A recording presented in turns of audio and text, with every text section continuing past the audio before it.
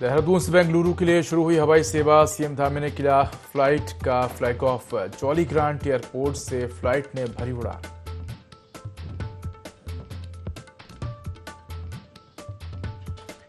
CM Dhami सादगी से मनाएंगे अपना जन्मदिन। आपदा को देखते हुए मुख्यमंत्री पुष्कर सिंह धामी ने लिया निर्णय। 16 सितंबर को नहीं होगा किसी प्रकार का उत्सव या औपचारिक आयोजन।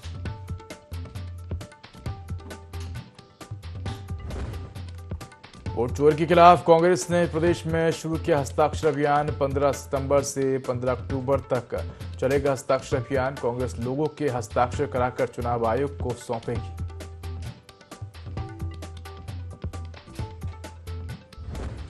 पिथौरागढ़ जिले में भारी बारिश से 2 दर्जन से ज्यादा मोटर मार्ग बंद। थल पिथौरागढ़, थल बेरीनाग और थल मुंसियारी मोटर मार्ग पर जगह जगह मलबा गिरने से लोगों में दहशत। प्रशासन ने मौसम को देखते हुए लोगों से की यात्रा न करने की अपील।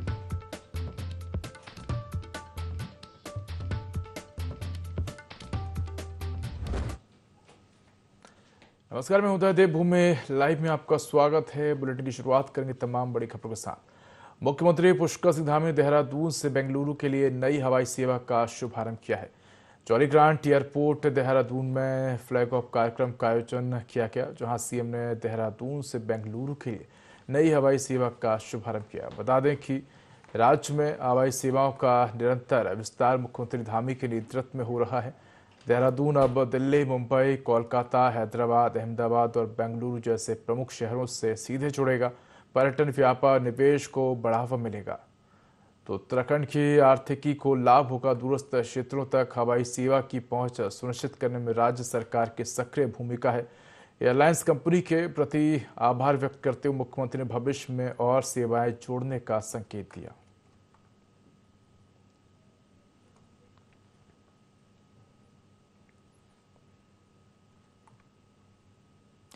मुख्यमंत्री पुष्कर सिंह धामी ने अपने जन्मदिन 16 सितंबर पर किसी प्रकार का औपचारिक आयोजन न करने और इसे सेवा और सादगी के दिन के रूप में मनाने का निर्णय लिया है। उन्होंने कहा कि ये अवसर समाज और जरूरतमंदों की मदद के लिए समर्पित होना चाहिए। मुख्यमंत्री इस दिन आपदा प्रभावितों और आमजन की सहायता में समय देंगे। उन्होंने नागरिकों से भी आपदा प्रभावित परिवारों के सहयोग और स्वच्छता, वृक्षारोपण, शिक्षा सहयोग जैसे सामाजिक कार्यों में सक्रिय योगदान देने का आह्वान किया।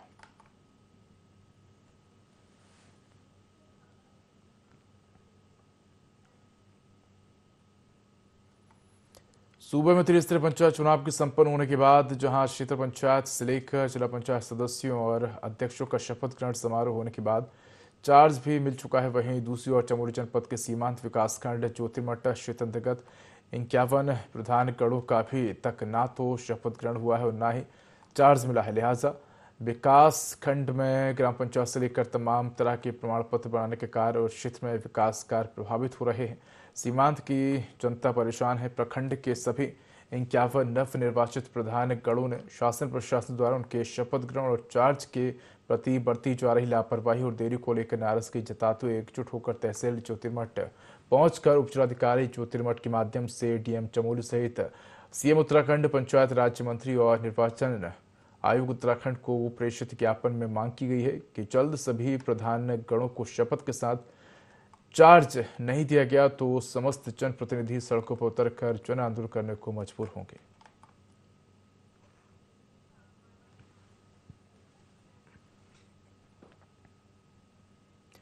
भारतीय किसान यूनियन वेलफेयर एसोसिएशन किसानों की मांगों को लेकर संसद के लिए पैदल मार्च करने जा रही है। हरिद्वार प्रेस क्लब में प्रेस कॉन्फ्रेंस करते हुए संगठन ने जानकारी दी कि 17 सितंबर को हरिद्वार से संसद के लिए कूच किया जाएगा। पैदल मार्च के जरिए गन्ना भुगतान के लिए राज्य सरकारों को कोर्ट के आदेश मानने, गन्ने के मूल्य बढ़ाने, बाढ़ ग्रस्त इलाकों में जल्द राहत पहुंचाने, जंगली जानवरों से फसलों को बचाने जैसे कई मुद्दों को लेकर मांग उठाई जाएगी। किसान यूनियन के पैदल मार्च को अखंड परशुराम अखाड़े ने भी अपना समर्थन दिया है।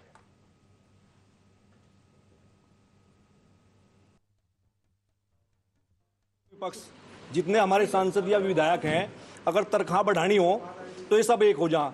तो हम ये चाह रहे भारत सरकार को जगा दें, पक्ष विपक्ष के जितने सांसद हैं उनको गंगा जल उनके चेहरे पर छिड़क दें।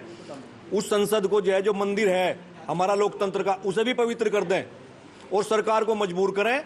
ये कोर्ट का आदेश मानने को तैयार हो।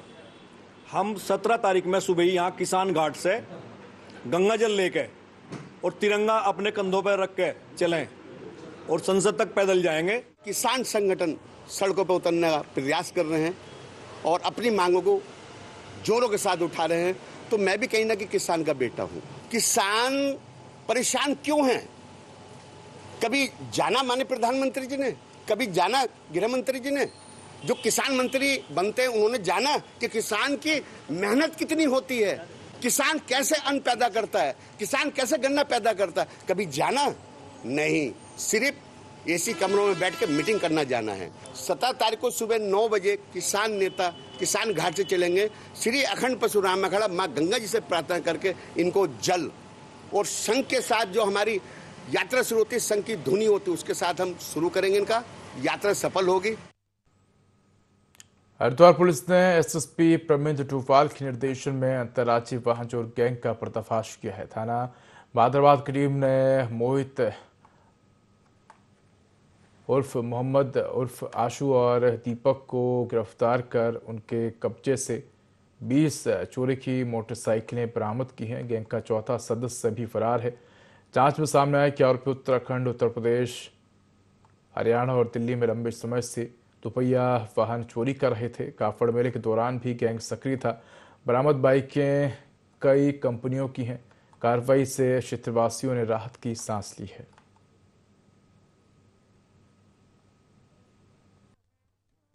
3 युवकों को पकड़ा गया। ये एक इंटरस्टेट गैंग के मेंबर हैं जिन्होंने हरियाणा, दिल्ली, उत्तर प्रदेश व उत्तराखंड में जनपद हरिद्वार में कई स्थानों पर मोटरसाइकिलों की चोरी की है। जिस मोटरसाइकिल पे इनको चेकिंग के दौरान रोककर पकड़ा गया था, वो मोटरसाइकिल भी थाना बादराबाद से ही चोरी की गई थी। इनमें से तीनों युवक हैं, ये हमारे जनपद के लक्सर क्षेत्र के रहने वाले हैं। इन तीनों ने पूछताछ में बताया कि इन्होंने ये मोटरसाइकिलें जो है यहाँ पे ही एक खंडर है वहाँ छुपा के रखी हुई हैं। इसमें टोटल इनकी निशानदेही पे 20 मोटरसाइकिलें बरामद हुई हैं और इन मोटरसाइकिलों में जो मोटरसाइकिलें वो आइडेंटिफाई हुई हैं कि जो हमारे अन्य राज्यों की, वो हमारे जनपद के अन्य थानों की। नैनीताल में भारी बारिश के बाद लोअर मॉल रोड पर खतरे की घंटी बज गई है। नैनीताल बैंक के पास सड़क में करीब 10 इंच की धंसान होने के कारण ट्रैफिक पूरी तरह बंद कर दिया गया। यह सड़क शहर की प्रमुख मार्गों में से एक है और रोजाना भारी वाहनों का दबाव सहती है। मौके पर पहुंचे तुलाराम टमटा ने बताया कि अगले हफ्ते से THDC द्वारा सड़क की मरम्मत का काम शुरू कर दिया जाएगा। मशीनों से पाइलिंग कर सड़क को फिर से मजबूत किया जाएगा। बता दें कि साल 2018 में भी लोअर मॉल रोड का करीब 25 मीटर हिस्सा झील में समा गया था और तब अस्थायी दीवार लगाकर यातायात बहाल किया गया था। स्थायी समाधान की कवायद आज तक अधूरी ही है।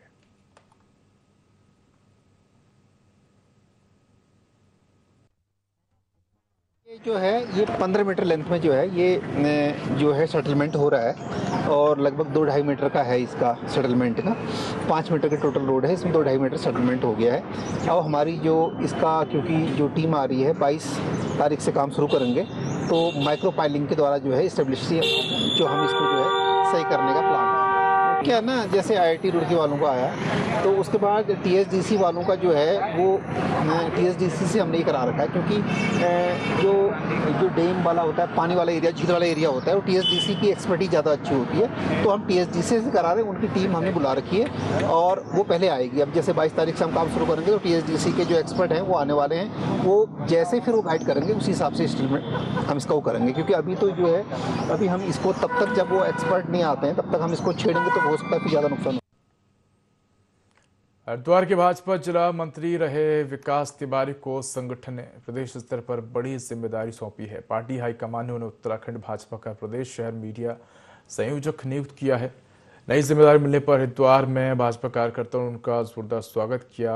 दाऊद नगरों, आतिशबाजी, फूल माला और मिठाई के साथ कार्यकर्ताओं ने तिवारी का सम्मान किया। इस मौके पर विकास तिवारी ने कहा कि संगठन ने जो विश्वास जताया है उससे वे पूरी ईमानदारी और निष्ठा से निभाएंगे। उन्होंने भरोसा जताया कि 2027 के विधानसभा चुनाव में भाजपा मजबूती से लड़ेगी और विजय हासिल करेगी। साथ ही उन्होंने कहा कि चुनाव से पहले केंद्र राज्य सरकार की जन कल्याणकारी नीतियों को जनता तक पहुंचाने का दायित्व उनकी प्राथमिकता होगी।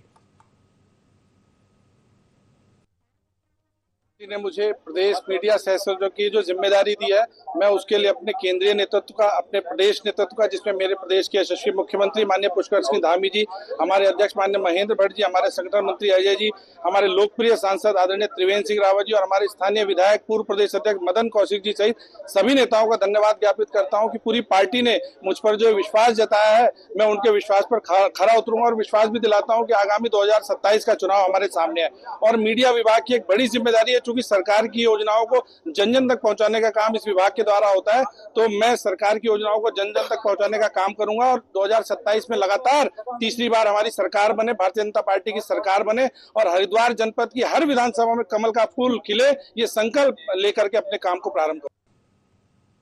उत्तराखंड में मौसम को लेकर नई चेतावनी जारी की गई है। मौसम विज्ञान केंद्र देहरादून के निदेशक डॉक्टर CS सोवन ने बताया कि अगले 24 घंटों में देहरादून, नैनीताल, चंपावत, बागेश्वर, पिथौरागढ़, ऊधम सिंह नगर जिलों में भारी से बहुत भारी बारिश हो सकती है। इसके अलावा 17 और 18 सितंबर को प्रदेश के कुछ हिस्सों में अतिवृष्टि भी होने की संभावना है। डॉक्टर तोमर ने यह भी बताया कि उत्तराखंड में मानसून इस वर्ष सितंबर के अंत तक विदाई ले सकता है।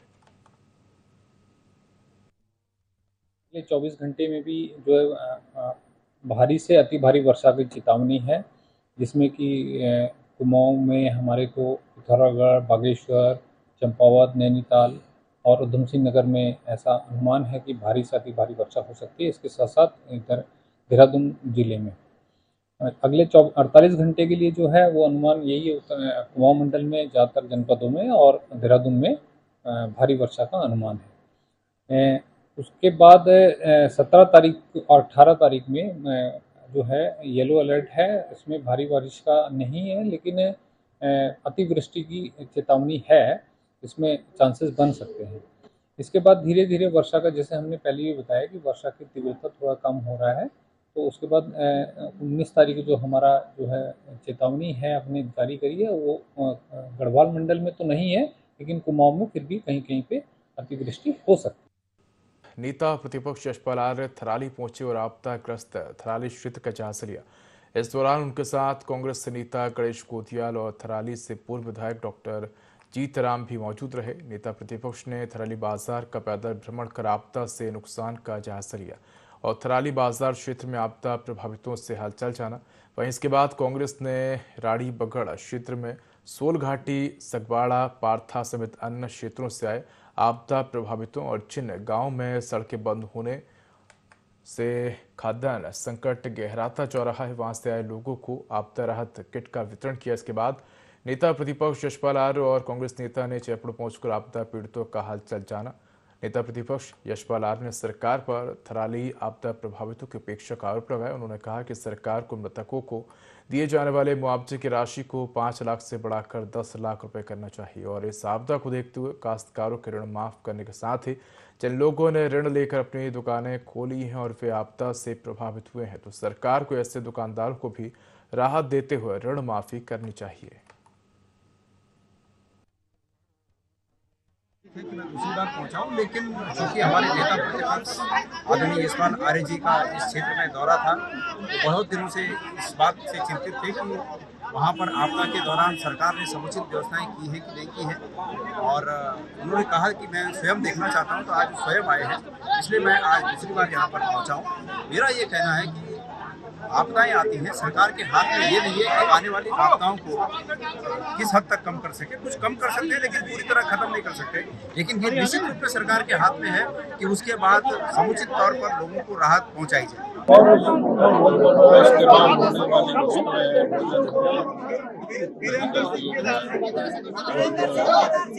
बच्चों की सभी गाँव में सरकार देने में नाकाम है। सरकार को हेलीकॉप्टर के माध्यम से हेली सर्विस के जरिए इमदाद पहुंचानी चाहिए और थराली को मैंने कहा कि भगवान हम देख रहे हैं कि ये वीरानी दिखाई दे रही है। थराली का बाजार आज खामोशी की चादर हो रही है, एक डर और भय का वातावरण है। आज भी अगर बारिश होती है तो आपदा से और ज्यादा नुकसान हो सकता है, ऐसा दिखाई दे रहा है। देहरादून के सर्वे चौक स्थित ऑडिटोरियम में उत्तराखंड भाषा संस्थान की तरफ से आपको बता दें कि हिंदी दिवस के अवसर पर भव्य कार्यक्रम आयोजित किया गया। इस मौके पर राज्य के दीर्घकालिक साहित्य सेवियों को सम्मानित किया गया। विशेष रूप से उत्तराखंड दीर्घकालीन साहित्य सम्मान से लोक गायक, रचनाकार और साहित्यकार स्वर्गीय हीरा सिंह राणा को मरणोपरांत सम्मानित किया गया। यह सम्मान उनकी धर्मपत्नी विमला राणा ने ग्रहण किया। विमला राणा ने कहा कि मुख्यमंत्री पुष्कर सिंह धामी और राज्य सरकार ने हीरा सिंह राणा जैसे रचनाकारों के योगदान को याद कर उन्हें सम्मानित किया, जो पूरे उत्तराखंड के लिए गर्व की बात है। उन्होंने भावुक होकर बताया कि हीरा सिंह राणा ने अपना जीवन राज्य की संस्कृति, भाषा और लोकगीतों के संरक्षण एवं प्रसार को समर्पित किया। विमला राणा ने कहा कि यह सम्मान केवल उनके परिवार के लिए नहीं बल्कि पूरे प्रदेश की सांस्कृतिक धरोहर का सम्मान है, जो आने वाली पीढ़ियों को अपनी जड़ों से जोड़ने का कार्य करेगा। को सम्मानित किया इन लोगों ने, उनकी लेखनी को, और मैं ये चाहती हूँ कि पूरा मतलब उत्तराखंड को सम्मानित किया कर।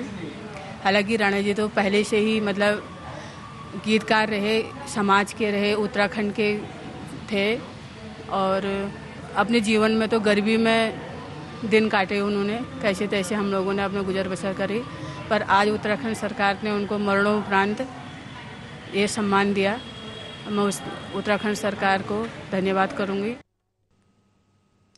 रामभद्राचार्य जी के पश्चिमी उत्तर प्रदेश को मिनी पाकिस्तान कहने पर शंकराचार्य अभिमुक्तेश्वरानंद सरस्वती ने बयान दिया। शंकराचार्य अभिमुक्तेश्वरानंद सरस्वती ने कहा कि योगी आदित्यनाथ के शासन में ऐसा होना आश्चर्य की बात है।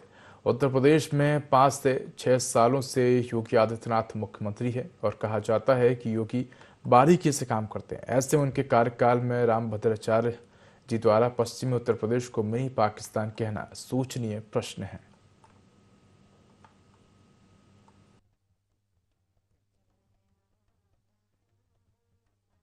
उत्तर प्रदेश में तो पिछले 5-6 वर्षों से आदित्यनाथ जी मुख्यमंत्री के रूप में विराजमान हैं और कहा जाता है कि वो बड़ी बारीकी से कार्य कर रहे हैं।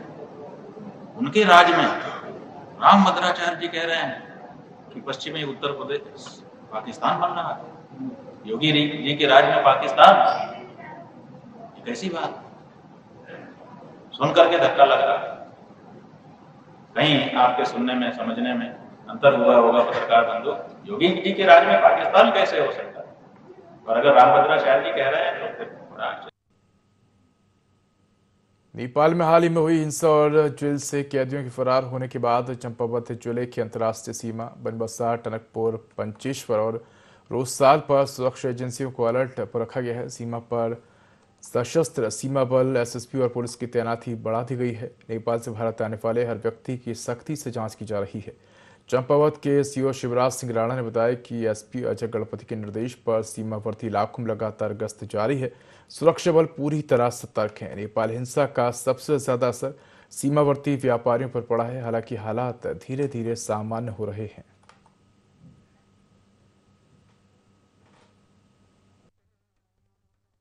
इसमें जैसा कि आप देख रहे हैं कि राजनीतिक अस्थिरता है और वहाँ पर कई जेलें भी टूटी हैं। तो इसमें जो हमारे बॉर्डर के क्षेत्र हैं, चाहे टनकपुर है, बनबसा है और इधर हमारा तामली और पंचेश्वर वाला क्षेत्र है, इसमें एसएसबी के साथ में पुलिस की लगातार गश्त चल रही है कि कोई भी ऐसा तत्व वहाँ से न आ पाए। विशेषकर अपराधी जो जेल से भागे हैं, उसमें सतर्क दृष्टि रखी जा रही है। भारतीय जनता पार्टी ने मनवीर चौहान पर भरोसा जताते हुए उन्हें तीसरी बार प्रदेश मीडिया प्रभारी की जिम्मेदारी सौंपी है। इस अवसर पर चौहान ने प्रदेश और केंद्रीय नेतृत्व के प्रति आभार व्यक्त किया। उन्होंने विशेष रूप से प्रदेश अध्यक्ष महेंद्र भट्ट और मुख्यमंत्री पुष्कर सिंह धामी का धन्यवाद किया। चौहान ने कहा कि उनका उद्देश्य पार्टी के विचार और सरकार की उपलब्धियों को मीडिया के माध्यम से जनता तक पहुंचाना और संगठन को पूरी निष्ठा के साथ मजबूत करना है।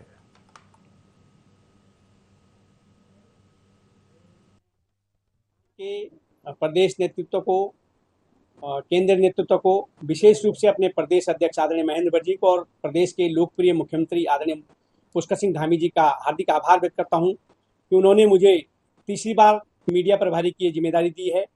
और मेरा प्रयास रहेगा कि मैं भारतीय जनता पार्टी के जो विचार हैं और हमारे सरकार की जो उपलब्धियां हैं और आप लोगों के माध्यम से मैं जन जन तक उसको पहुंचा सकूं और पार्टी के लिए समर्पित होकर काम कर सकूं। रुड़की के गंगनहर कोतवाली क्षेत्र के पाटली गुर्जर गांव में आपसी विवाद ने देर रात हिंसक रूप ले लिया, जहां गांव निवासी वसीम पुत्र मुस्तकीम पर अरमान पुत्र मुजम्मिल और उसके साथियों ने चाकू से हमला कर उसे लहूलुहान कर दिया। घायल वसीम को तत्काल सरकारी अस्पताल रुड़की ले जाया गया, जहां प्राथमिक उपचार के बाद उसकी गंभीर हालत को देखते हुए ऋषिकेश आई सेंटर रेफर कर दिया गया। बताया गया कि पुरानी कहासुनी को और विवाद को लेकर यह हंगामा हुआ। गंगनहर कोतवाली प्रभारी ने बताया कि फिलहाल कोई तहरीर प्राप्त नहीं हुई है। तहरीर मिलने पर नियमानुसार कार्रवाई की जाएगी। ये यहाँ पन्याले तिराहे पे रोड पे खड़ा था, तो पीछे से 4-5 अज्ञात आदमी आए, उन्होंने चाकू से इसके ऊपर वार किया। ये आराम से खड़ा हुआ बात कर रहा था, उनका भी कुछ नहीं पता, भी अज्ञात में है, 5 आदमी है। वो घायल है जो व्यक्ति, वो मेरा भाई है वसीम, बड़ा भारी व्यक्ति थे वो, हम पार्ली के, वो दिल्ली वाले के। कोई लेन देन नहीं है, वो नशे में थे, कोई पुराना विवाद, कोई आज तक कोई विवाद नहीं है इसका।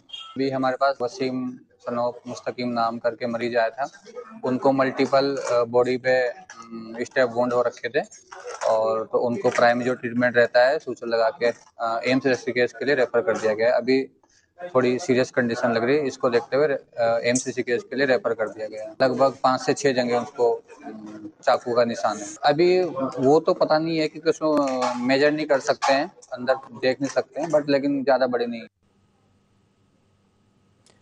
पौड़ी जिले में गुलदार के हमलों का सिलसिला थम नहीं रहा है। ताजा घटना 12 सितंबर की रात है, पोखड़ा रेंज के श्रीकोट गांव की है, जहां गुलदार ने घर में खेल रही 12 साल की मासूम को उठा ले जाकर मौत के घाट उतार दिया।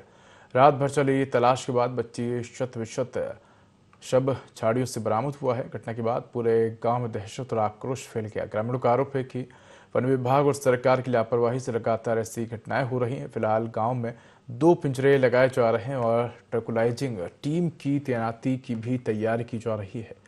गौरतलब है कि 23 अगस्त को भी सतपुली क्षेत्र में गुलदार ने एक मासूम को शिकार बनाया था। इस बीच वन मंत्री सुबोध उनियाल ने कहा कि सरकार मानव और वन्यजीव संघर्ष को लेकर संवेदनशील है और हर घटना पर त्वरित कार्रवाई की जा रही है। ब्लॉक से खबर आई थी, एक बच्ची को उठा के भाग ले गया था, तो उसमें तत्काल हमारे एसडीओ वहां पर पहुंचे थे और उन लोगों से बात करने के बाद कल फिर हमारे अधिकारी पहुंचे और कल जिस तरह से उन लोगों को वहाँ एक चल रहा था कि लड़की का तब तक अंतिम संस्कार नहीं करेंगे जब तक बाघ को मार न दिया जाए, लेकिन समझाने के बाद वो लोग मान गए थे, लड़की का अंतिम संस्कार किया। और हमारी सरकार इस मामले में संवेदनशीलता के साथ काम कर रही है। जहाँ पर भी इस तरह की घटनाएं हो रही हैं, हम या तो ट्रैंकुलाइज करके बाघ को पकड़ने का काम कर रहे हैं या उसको नष्ट करने का तत्काल यहाँ पर हम लोग आदेश कर देते हैं। तो आज ह्यूमन वाइल्ड लाइफ कॉन्फ्लिक्ट को रोकने के लिए सरकार तमाम उपाय कर रही है, जिसमें गांवों को सोलर लाइट देना, तमाम अवेयरनेस कैंप लगाना, और उसके बाद भी अगर घटना हो जाती है तो मैं एकदम त्वरित कार्रवाई विभाग करता है और इस मामले में भी सरकार विभाग के द्वारा त्वरित कार्रवाई की गई। तो फिलहाल इस बुलेटिन में इतना ही। खबरों का अधिक अपडेट के लिए देखते रहिए i24। नमस्कार।